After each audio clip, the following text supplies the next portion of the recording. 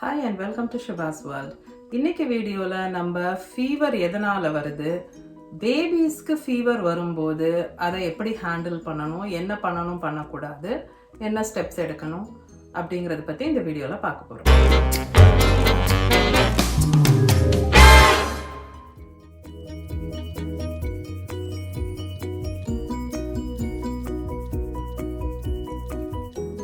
Okay, first ஃபீவரோட facts பார்த்துடலாம்.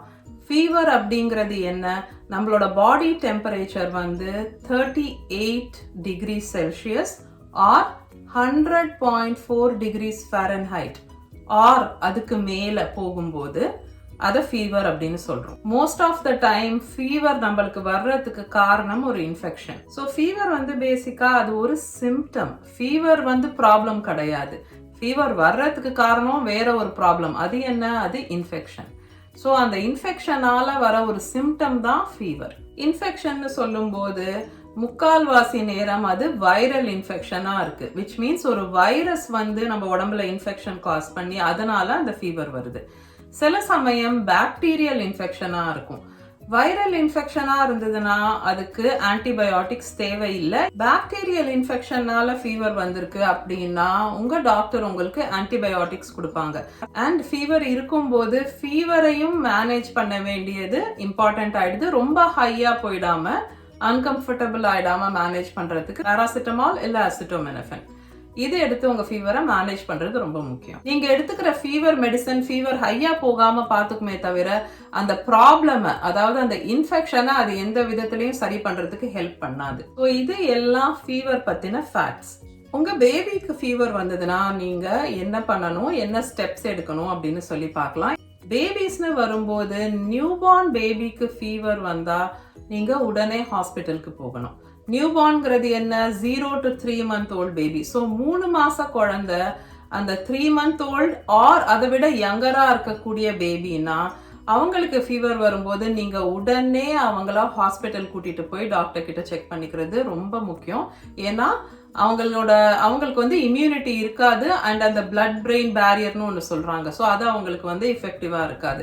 அதனால அந்த நியூபார்ன் ஸ்டேஜ்ல இருக்க பேபிஸ்க்கு ஃபீவர் வந்ததுன்னா அதை உடனே அட்டென்ட் பண்ணணும். ஸோ ஃபர்ஸ்ட் திங் நீங்க உங்க பேபியோட டெம்பரேச்சரை செக் பண்ண போறீங்க. பிகாஸ் அதுதான் உங்களுக்கு கரெக்டா சொல்லும் அவங்களுக்கு வந்து ஃபீவர் இருக்கா இல்லையான்னு. நிறைய பேர் கமெண்ட்ஸ்ல சொல்லியிருக்கீங்க குழந்தையோட நெத்தி வந்து சுடுற மாதிரி இருக்கு, உள்ளங்கை சூடா இருக்க மாதிரி இருக்கு. பேபிஸோட பாடியில வந்து டெம்பரேச்சர் வந்து ரொம்ப நல்லா ரெகுலேட் பண்ண முடியாது அவங்களால, young பேபிஸ்னால.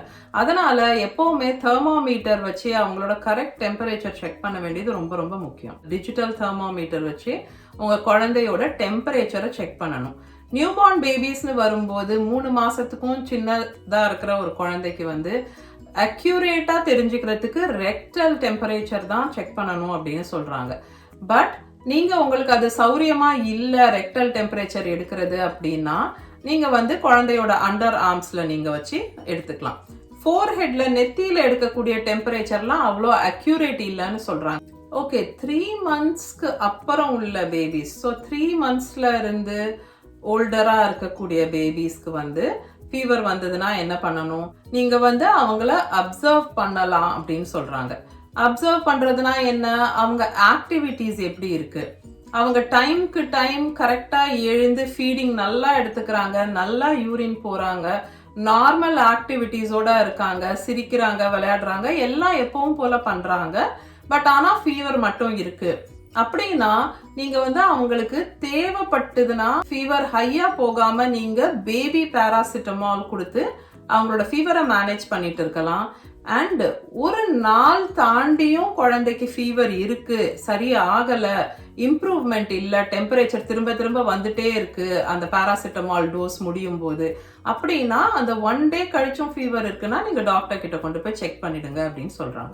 Actually even 3 months to 1 year வரைக்கும் கூட இதுதான் ரூல் அப்படின்னு டாக்டர் சொன்னாலும் ஆஸ் அ மம் நான் என்ன ஃபீல் பண்ணுவேன்னா அவங்க ரொம்ப யங்கா இருக்கிறதால அவங்களால கம்யூனிகேட் பண்ண முடியாது, அவங்களுக்கு என்ன செய்யுது, எங்க வலிக்குது அப்படிங்கறத சொல்ல முடியாத காரணத்தினால ஜஸ்ட் டு பி சேஃப் நான் வந்து டாக்டர் கிட்ட கூட்டிட்டு போய் செக் பண்ணிட்டு வந்துடுறது பெஸ்ட் அப்படின்னு நான் நினைக்கிறேன். இது என்னோட பர்சனல் ஒப்பீனியன் தான். இதுதான் சஜஷன் அப்படின்னு கிடையாது. பட் நான் வந்து அந்த மாதிரி தான் பண்ணேன். எனக்கு வந்து தேவையில்லாம வெயிட் பண்றது கூட எனக்கு வந்து பொறுமை இருக்காது. ஆர் நான் கொஞ்சம் அதிகப்படியா வரி பண்ற டைப். அதனால நான் எப்பவுமே ஜஸ்ட் டு பி சேஃப் போய் செக் பண்ணிடுவேன். அவங்க இயர்ஸ், ஐஸ், நோஸ் அதெல்லாம் த்ரோட் எல்லாம் செக் பண்ணிட்டு அதுக்கப்புறம் இது வைரல் தான் சரியாயிடும் அப்படின்னு சொல்லுவாங்க. இல்லைன்னா தேவைப்பட்டது இன்கேஸ் ஏதாவது பாக்டீரியல் இன்ஃபெக்ஷனாக இருந்தால் அப்பவே அவங்க ஆன்டிபயோட்டிக்ஸ் கொடுத்துருவாங்க. அதே 2 வயசுக்கும் மேல உள்ள குழந்தைங்க, 2-2.5 வயசுக்கும் மேல உள்ள குழந்தைங்க, அதாவது அவங்களால பேச முடியும், கம்யூனிகேட் பண்ண முடியும், அந்த மாதிரி குழந்தைங்களா இருக்காங்க அப்படின்னா இதே தான் ப்ரொசீஜர். நீங்க அவங்களுக்கு டெம்பரேச்சர் ஃபர்ஸ்ட் செக் பண்ணணும். ஃபீவர் இருக்கு, பட் மற்றபடி அவங்க வந்து கிட்டத்தட்ட நார்மலா இருக்காங்க, ஆக்டிவா இருக்காங்க, நல்லா லிக்விட்ஸ் எடுத்துக்கிறாங்க, கரெக்டா யூரின் பாஸ் பண்ணிடுறாங்க, அவங்க பாட்டில் விளையாடிட்டு இருக்காங்க, கிட்டத்தட்ட நார்மலா இருக்க மாதிரி இருக்காங்க, கொஞ்சம் மாத்திரம் டயர்ட்னஸ் இருக்க மாதிரி இருக்கு அப்படின்னா நீங்க வந்து இதே மாதிரி ஒரு நாளைக்கு அவங்களுக்கு மானிட்டர் பண்ணிட்டு அவங்களுக்கு ஃபீவர் அதிகமா போயிடாம ஃபீவர் மெடிசன் மட்டும் கொடுத்துட்டு பார்த்துட்டு அது ஒரு நாள் கழிச்சும் ஃபீவர் இருக்குன்னா அப்போ டாக்டர் கிட்ட கூட்டிட்டு போகலாம். ஸோ 3 monthsக்கு மேல இருக்க குழந்தையாகட்டும் இல்ல 2 yearsக்கு மேல இருக்க குழந்தையாகட்டும் ஃபீவர் கூட சேர்ந்து அடிஷனல் சிம்டம்ஸ் இருக்குன்னா அப்போ நீங்க அந்த ஒரு நாள் கூட வெயிட் பண்ணக்கூடாது. நீங்க அவங்களுக்கு ஃபீவர் ஹையா இருந்தா ஃபீவர் மெடிசன் கொடுத்துட்டு நீங்க உடனே அவங்கள டாக்டர் கிட்ட கூட்டிட்டு போய் செக் பண்ணிக்கணும். ஃபார் எக்ஸாம்பிள் காஃப் இருக்கு, இல்லைனா அவங்களுக்கு லூஸ் மோஷன் போகுது, இல்லை வாமிட்டிங் இருக்கு, இல்லைனா கண்ணில் பஸ் வருது, அந்த மாதிரி ஏதாவது அடிஷ்னலாக புதுசாக வேற ஒரு சிம்டம் இருக்கு ஃபீவரோட சேர்ந்து அப்படின்னா நீங்க உடனே டாக்டர் கிட்ட கூட்டிட்டு போய் அதை செக் பண்ணிக்கணும். ஆர் டெம்பரேச்சர் வந்து ரொம்ப ஹையா இருக்கு, அதாவது 104 degrees Fahrenheit ஆர் 40 degrees Celsiusக்கு மேலே ஃபீவர், ரொம்ப ஹை ஃபீவராக இருக்குது அப்படின்னாலும் நீங்கள் உடனே டாக்டர் கிட்ட போய் செக் பண்ணிக்கணும். ஆல்சோ உங்கள் பேபி வந்து யூரினேட் பண்ணி ரொம்ப நேரம் ஆகுது, ஸோ ரெகுலராக ரொம்ப ஃப்ரீக்வெண்ட்டாக எப்பவும் போல் யூரின் பாஸ் பண்ணலை, அவங்க யூரின் போய் ரொம்ப நேரம் ஆகுது, இல்லைன்னா ரொம்ப சோர்வாக இருக்காங்க, அவங்க எழுந்து பால் குடிக்கவோ தண்ணீர் குடிக்கவோ எதுவுமே பண்ண மாட்டேன்றாங்க, கொஞ்சம் கூட ஆக்டிவாக இல்லை அப்படின்னாலும் நீங்கள் அவங்கள உடனே டாக்டர் கிட்ட கூட்டிகிட்டு போய் செக் பண்ணிக்கணும். அண்ட் ஃபீவர்னு வரும்போது ஆர் உங்கள் பேபி வந்து சிக்காக இருக்கும்போது நீங்கள் உங்களோட மம்ஸ் இன்ஸ்டிங்க்டை நீங்கள் ட்ரஸ்ட் பண்ணணும். ஸோ ஆஸ் அ மம் உங்களுக்கு தெரிஞ்சிடும் இது நார்மலா இல்லை, என்னோட பேபி வந்து எப்பவும் இருக்கிற மாதிரி இல்லை, ஏதோ சம்திங் டிஃப்ரெண்டா இருக்கு அப்படின்னு உங்களுக்கு ஒரு ஃபீலிங் வரும். சில சமயம் ஏதோ something is wrong, something is off அப்படின்னு உங்களுக்கு பட்டாலே உங்களுக்கு கொஞ்சம் டவுட்ஸ் இருந்தாலும் நீங்க டாக்டர் கிட்ட உடனே கூட்டிட்டு போய் செக் பண்ணிடுங்க. இந்த பெட்டர் சேஃப் தென் சாரி அப்ரோச் வந்து ஒரு கரெக்டான அப்ரோச். ஸோ தேவையில்லாம ஒரு ட்ரிப்பு போனா கூட தப்பு இல்லை டாக்டர் கிட்ட, பட் போக வேண்டிய நேரத்துல போகாம விட்டு அதனால ஏதாவது ப்ராப்ளம் பெருசாயிடுச்சுன்னா அது ரொம்ப தப்பாயிடும். எப்பவுமே நீங்க வந்து ரொம்ப யோசிக்கவோ தயங்கவோ கூடாது. உங்க பேபின்னு வரும்போது அவங்க ஹெல்த்னு வரும்போது எந்த தயக்கமும் இருக்க வேண்டிய அவசியம் கிடையாது. உங்களுக்கு எப்போ டவுட்ஸ் இருந்தாலும் நீங்க உடனே போறதுக்கு கம்ஃபர்டபுளா இருக்கணும், போய் டாக்டர் கிட்ட கன்சல்ட் பண்ணணும். ஓல்டர் கிட்ஸ்ன்னு வரும்போது, ஸோ பேசக்கூடிய கம்யூனிகேட் பண்ணக்கூடிய குழந்தைங்கள்னு வரும்போது அவங்களுக்கு ஃபீவர் இருக்கு அண்ட் ஃபீவர் மட்டும்தான் இருக்கு, மற்றபடி அவங்க வந்து கிட்டத்தட்ட நார்மல் எனர்ஜி லெவலோட இருக்காங்க அண்ட் வேற ஏதோ அடிஷ்னல் சிம்டம்ஸ் இல்லைன்னா அப்போ எவ்வளோ நாள் நீங்க வெயிட் பண்ணலாம் டாக்டரை பார்க்கறதுக்குன்னா 3 days ஆகியும் ஃபீவர் வந்து போகலை, சரியாகலை ஆர் இம்ப்ரூவ்மெண்ட் இல்லை அப்படின்னா டாக்டர் கிட்ட போய் செக் பண்ணிக்க சொல்றாங்க.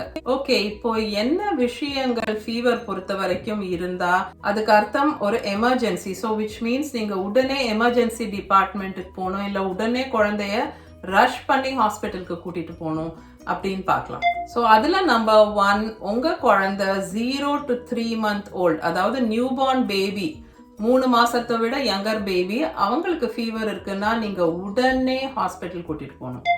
நம்பர் 2, ஃபீவர் இருக்கும்போது உங்க பேபியை எழுப்புனா அவங்க எழுந்துக்க மாட்டேன்றாங்க, இல்ல ரொம்ப தூக்க கலக்கத்துல இருக்காங்க, அவங்களால எழுந்துக்கவே முடியல, அந்த அளவுக்கு ஸ்லீப்பியா இருக்காங்க அப்படின்னா அவங்க ரொம்ப சிக்கா இருக்காங்கன்னு அர்த்தம். ஸோ நீங்க உடனே ஹாஸ்பிட்டலுக்கு கூட்டிட்டு போயிடணும். இங்க எழுப்புனா எழுந்துக்கல அப்படிங்கிறது மட்டும் இல்லாம ரொம்ப ஃப்ளாப்பியா, அதாவது அப்படியே அவங்க கை காலெல்லாம் அப்படியே ஃப்ளாப்பியா, அப்படியே அந்த ஒரு மசில் டோன் இல்லாம இருக்கு அப்படின்னா அந்த மாதிரி சுச்சுவேஷனும் ஒரு எமர்ஜென்சி சுச்சுவேஷன் அண்ட் நீங்க உடனே ஹாஸ்பிட்டல் போயிடணும்.